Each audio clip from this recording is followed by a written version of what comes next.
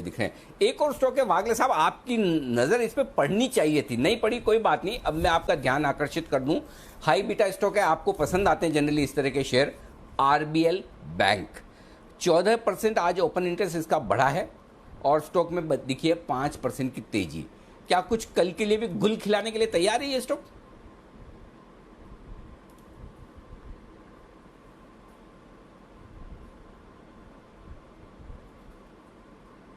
वागले साहब, RBL bank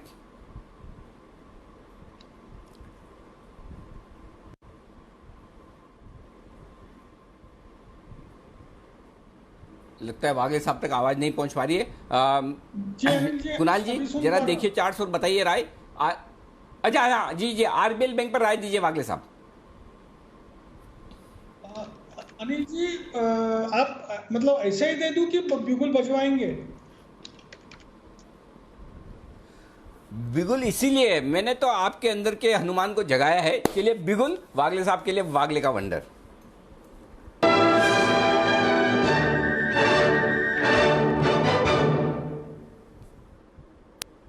बताएं sir.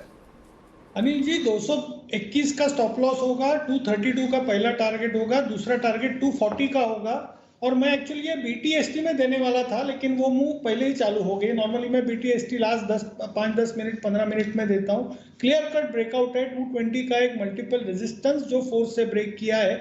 आपको कम से कम इसमें 10 से 12 रुपए कल मिलने चाहिए। ओके, तो 10 से 12 रुपए की अपमूव के लिए तैयार है आरबीएल बैंक। नजर रखिए 240 के इवेंचुअल टारगेट्स भी इस पर आपको आते हुए दिख सकते हैं। वागले साहब को आ रहा है पसंद, सुबह से मोमेंटम में आते हुए दिख रहा है काउंटर। कैश का ऑप्शन चलते हैं जय ठक्कर के पास।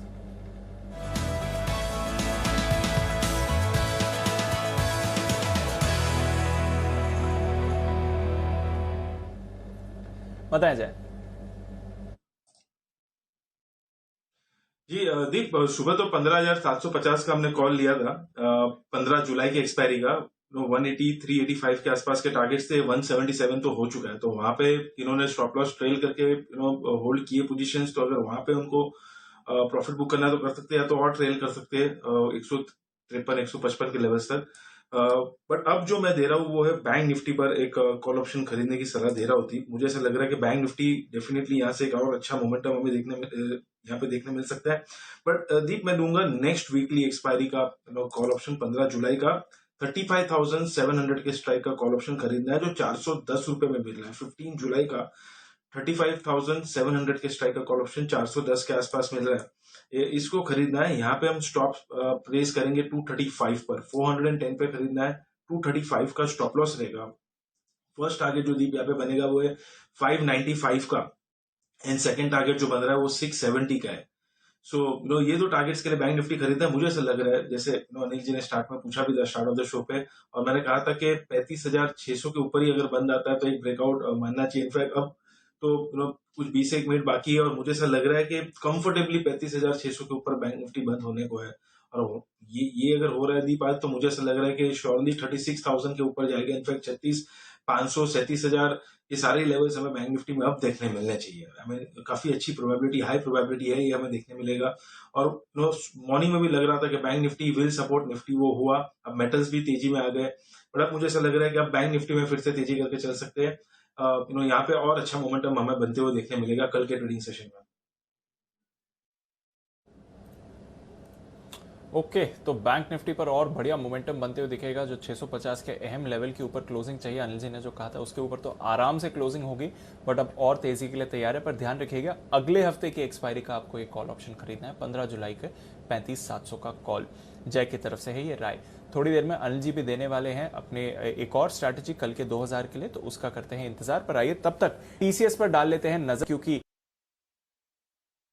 रहे हैं और की टीसीएस सबसे पहले नतीजे जारी करेगी कल। कुशल हमारे साथ तैयार है बताने के लिए किस तरह का अनुमान लगाया है बाजार ने। कुशल बताइए।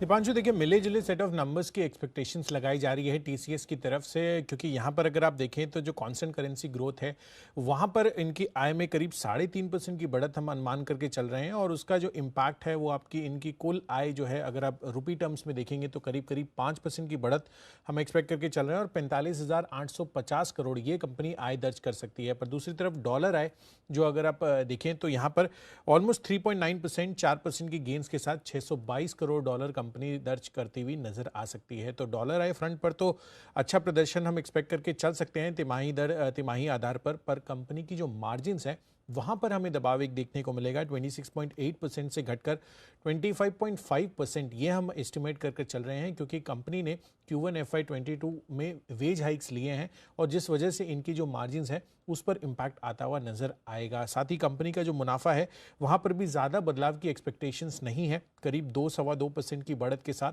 9,450 करोड़ ये फिगर हम अनुमान करके चल रहे हैं। अब देखना होगा कि कितनी अर्निंग सरप्राइज आती हुई नजर आती है, या फिर ये जो लेवल्स हैं ये लेवल से नीचे जो है कंपनी अपने नंबर्स दर्ज करती है।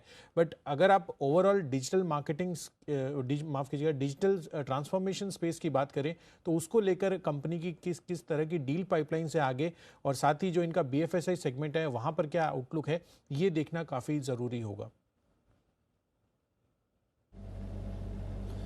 बिल्कुल, तो ओवरऑल आउटलुक पर क्या कहना है इस पर रखेगी नजर। डिजिटल कारोबार जिसका लगातार रेवेन्यू शेयर बढ़ रहा है वहां से कैसी परफॉर्मेंस है उस पर भी रखना पड़ेगा ध्यान। टीसीएस नतीजों का सीजन किक ऑफ करेगी कल से। आखिरी बार टीसीएस पर कॉल किरण जी आपने ही दी थी। मोमेंटम में रहा है बट थोड़ा कंसोलिडेशन भी देखा है हमने आईटी स्टॉक्स में। आपसे राय लेता हूं किरण जी, और उसके बाद अनिल जी के पास चलेंगे। बताएं सर। भी स्टॉक सपोर्ट पे वापस एक बार आ गया है। कई बार ये 30 to 50 के लेवल्स टेस्ट कर चुका है और ये कंसोलिडेट हो रहा है, स्ट्रेंथ दिलाता नजर आ रहा है।